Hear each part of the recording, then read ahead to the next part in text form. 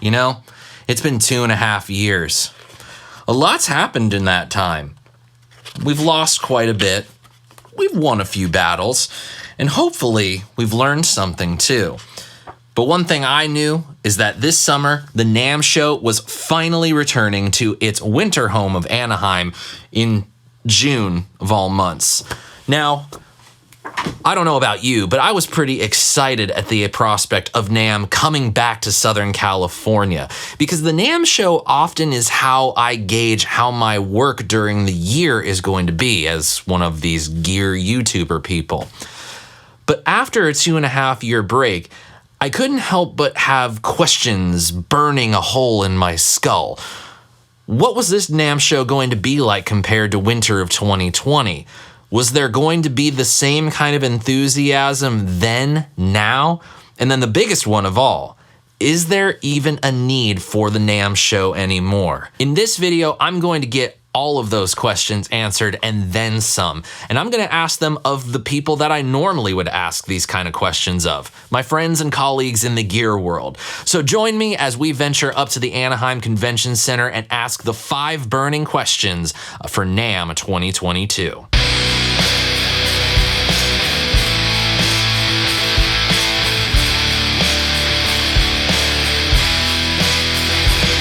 When I arrived at the convention center, I was immediately aware that my experience at the NAMM show this year was going to be completely different than any year before it. Of course, attendance was much lower, but that did have a benefit. I was able to freely walk the show aisles without constantly bumping into people, and I even saw friends and colleagues multiple times in a day. But then there was this. The big, wide-open aisles, white box meeting spaces, and the bare, hanging power cables of the meeting space areas, where I felt a general lack of enthusiasm. Not to mention, there were big parts of the convention center that were just curtained off. But I knew I had to find excitement somewhere at the show, and I found it exactly where I expected to, with the guitar companies in Hall D. So I figured, what better place to start asking the big questions than here? How excited are you to be back at NAMM? Well, it's been 2 years, so we're pretty excited. It's safe to say that we've been waiting for the show for quite some time now. As you can hear from the ambient noise, I never relish that part of NAMM, whether summer or Anaheim. So in terms of opportunity, yeah, I'm glad to be back. I'm glad to network, glad to see friends that I don't get to see except for those couple days a year, whether in Anaheim or Nashville. At the same time, it is loud. I kind of had mixed feelings. I'm like, okay, this could be either a good idea or kind of a bad idea. There's kind of like a little bit of excitement and this sort of energy to kind of be back together, even though it's a smaller show. But when you take a break and you're back, it's a little fresh, and you know, I don't regret it. I'm actually glad I came here. I'm extremely excited to be back at NAMM, and I'm not just saying that. This is probably the one thing in our industry that I feel is like, it is like summer camp. It is that time where we get to go and meet all of the friends that we've made over the last 8 to 10 years, hang out for a few days, and I love gear.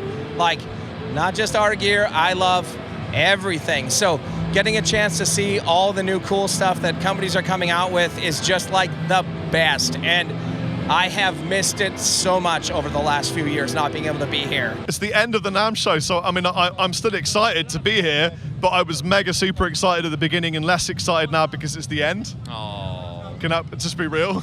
Yeah.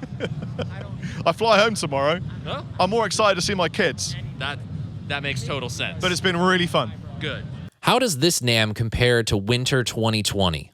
What's different about this show is that, well, first of all, it's half the size. So pretty much only half of the exhibitors that were here in 2020 are here today, which feels weird, I have to tell you. When we were setting up and we see all that empty space, it felt a little bit weird. Still, the attendance is there. Like, a lot of people showed up, meaning the remaining exhibitor who actually made it here are very, very busy. We also decided with Tuna to say, okay, we know it will be a smaller show, but we absolutely don't want it to die. So we actually went bigger this year. We doubled the space of our booth. We decided to invest a lot of money in that. just because we believe we need that type of shows. NAMM is probably the latest, like, real international trade show in the MI industry, and we really don't want it to disappear. Well, a lot of the bigger brands are gone. Definitely, like, Taylor Guitars is here. Ibanez is across from us with some drums. Didn't expect that one.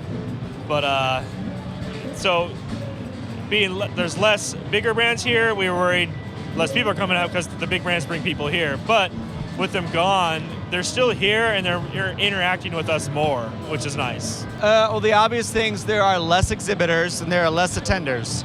So, but here's the other thing, is there are twice as many people here than I thought would be. So we decided to come. The main reason we decided to come is because you lose your spot if you don't exhibit. Also, since nobody was exhibiting, we got a better spot. So hopefully we'll be able to hold this spot down. It's like tailgating, right? Yeah. Well, the show is definitely smaller. And while we thought that this would be a bad thing, it turns out it's actually a good thing. Because first of all, I can hear myself speak, which was a bit hard to do in the previous years.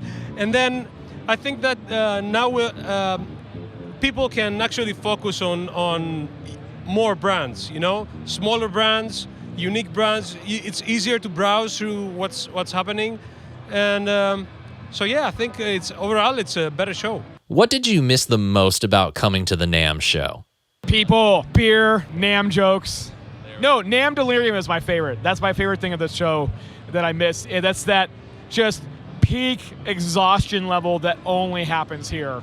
I think it's that interaction with people. You kind of like see some familiar faces and you're like, oh, hey man, you're back. And it's cool to see those faces and for people to just first time see, you know, your products and kind of seeing the excitement on their face and when they hear the products, and that kind of I missed, you know, that initial spark, you know, when people are like, whoa, man, that sounds great, you know. So what I miss most about NAMM is all of those hangs. Like, again, seeing customers that we met at the first NAMM show when no one knew who we were and, you know, came by.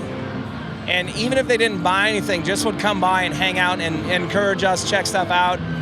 Meeting all of the guys like you. I mean, I haven't seen you in at least 2 years, right?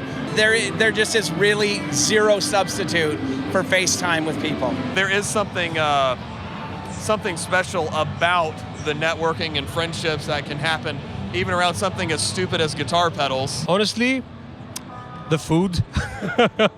That is a good question. Honestly, like traveling with coworkers, you know, like you work with the same people day in and day out, all this kind of stuff. But like when you get to travel with your crew, it just adds like a better dynamic. And you have to like wake up and see each other, and you got to go to bed and see each other. And it's good for like the cohesiveness of gelling the group together. And I miss not having an excuse to do that when NAMM wasn't happening. What can NAMM change to make the show a better experience? Better food. Yeah, I have some gripes. Oh man. I wish that they had opened this to the public today and tomorrow. I wish that they had charged, I mean, it would have been totally fair if they had charged for public admission, but especially with a little bit lower attendance rate than like a normal show.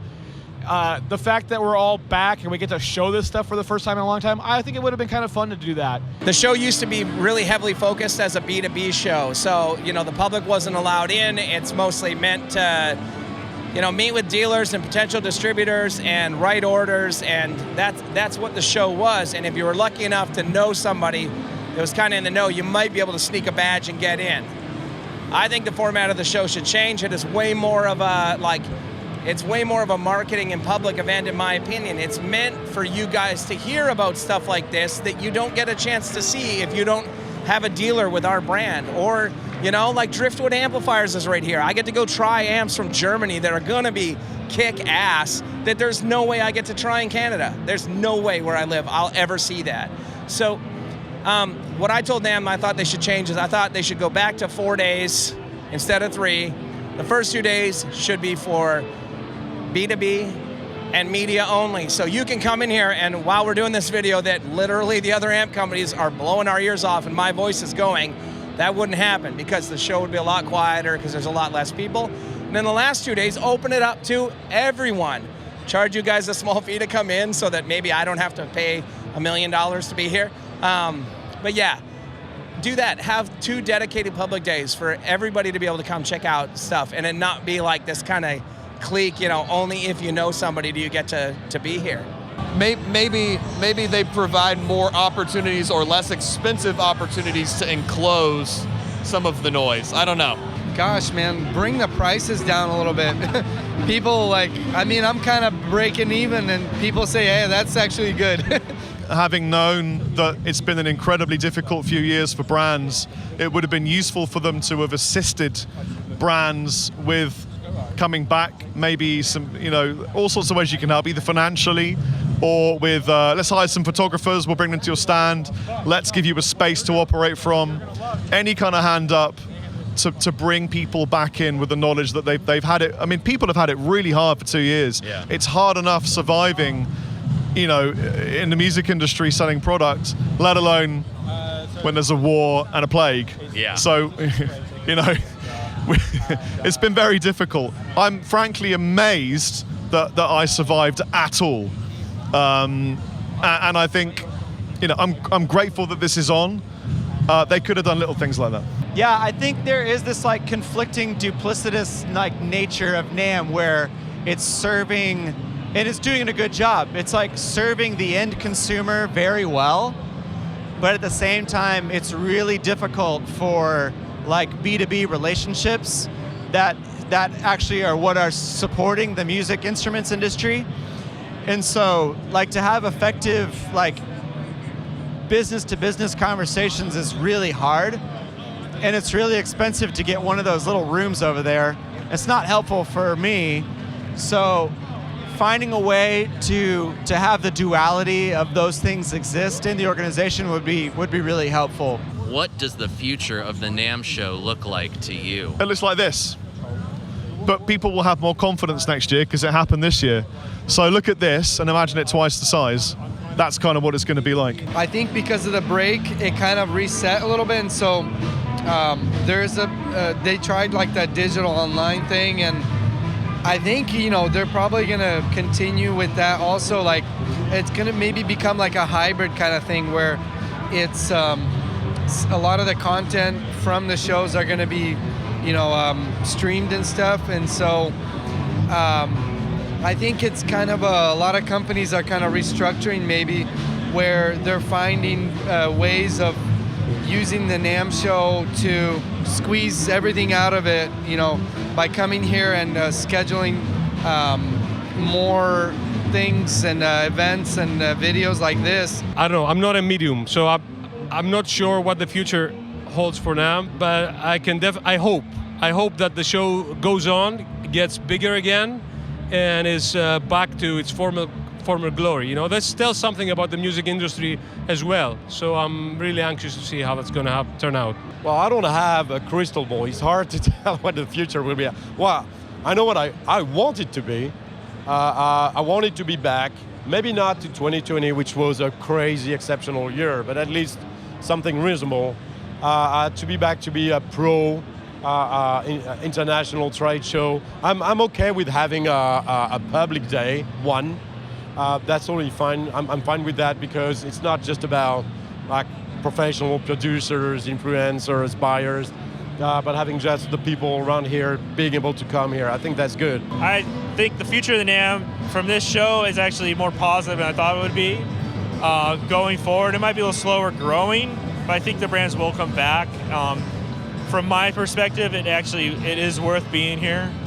I'm pretty candid about it because we were going in thinking, well, this might be our last one. We have no idea, but it has been very good for us. And we have met dealers, we met customers who have Volas, which is great to hear, and reps, new musicians, YouTubers. Everyone's been here, and I think it'll just grow every year again. I don't know if we're going to see this ramp back up. I hope so, or if it's going to be more and more people deciding that they don't need to be in an event. I've always treated NAMM as callous as it sounds, as a way to weed out us from the other person in his garage who built 4 guitars and decided they're a guitar company. And so it sounds kind of callous, but like I always feel like that's a good benchmark for what the show is. And you know, the smaller events that we do, like Montreal or Berlin, those shows, they never seem to last because it's so much work to do that. And so I hope that this continues to still be a thing because I don't want it to go away. I think the future of the NAMM show hinges on the innovation of the manufacturers. So NAMM is only as good as the manufacturers are. So I think it's just, as long as we can keep breaking new grounds, like innovating, but also respecting where music instruments has come from and bringing up like decades old treasured products and reinventing them in new ways where we manipulate music now, I think is going to be as good as NAMM's going to be. So I don't know. I believe the future of the NAMM show is what I just talked about, or it's them dying. It's kind of one of the two. I think that it has to become more of a public marketing event and a way for us to show all of our product to like a large group of people, not just dealers, and for the dealers that come to be able to see, like, is anybody here trying this? Is there anybody giving any sort of reactions that, you know, are good, that they think, okay, you know what, I think that product is going to sell. You know, if you don't have this kind of attendance like what there is, which I don't know if anyone can actually see how many people are here, but there's a lot. I can't cuss on your show, I know that. So, okay, there's a shitload of people here, and it's great. So, yeah, so I think they just have to find a way to do that. Otherwise, they're going to die. As the NAMM show drew to a close, I couldn't help but repeat these responses over and over in my head. We were all really excited to be back, and there was a great vibe to the show. People were attending, and we were so happy to see one another, but we of course acknowledged that there were many things that needed to change in order for the NAMM show to not only survive, but thrive in the years to come. Of course, we're all experienced NAMM members, and we've been around the block 1 or 2 times, but there were a couple companies that decided to use the 2022 show as a way to get themselves out on the world stage. One such company is Thunderbolt Audio, and I'm going to introduce you to Daniel Chenal, the guy who started the company. They launched their first product at this show, and I decided to get his perspective on the matter. Hey everybody, Daniel Chenal here with Thunderbolt Audio. We are here at the NAMM show, our first time attending, first time exhibiting. We are launching our brand new product, the Thunderbolt Audio Little Wedgie. Little Wedgie is a guitar amplifier tilting and isolation wedge. It will support almost any size guitar amplifier, small ones, big ones. It rocks forward a little bit with this curve, so it allows it to, no matter what angle you want to tilt your amplifier, the amp will always rest flat on its surface, so it stays super stable, and everybody needs to tilt their amp back. You got to project the speaker at your ears. You don't always need to crank the volume up. You just need to point it at your ears or at your audience. Daniel, as a first-time attendee, how are you finding this particular version of the NAMM show? Oh, we're having a blast. You know, I've only had a couple minutes here and there to walk around, but it's just so cool to be here and be with all these other brands that we love, and so we're having a blast. I hope I get to break away and walk around a little more. Awesome. So as a first-time attendee and a first-time exhibitor, how do you see the future of the NAMM show? Because there's a lot of questions around that. Yeah, I've heard that, you know, some brands that have always been here are not here anymore, and I mean, we've been having a blast, and it seems like a huge show, and you know, maybe the future is just more people like us, more just brand new innovators coming to showcase their products, and I think it's just, you know, maybe the future, the big guys will all be back here, but I think it's always going to be a great place, at least for brand new companies, to get out there and spread the word on what they're doing.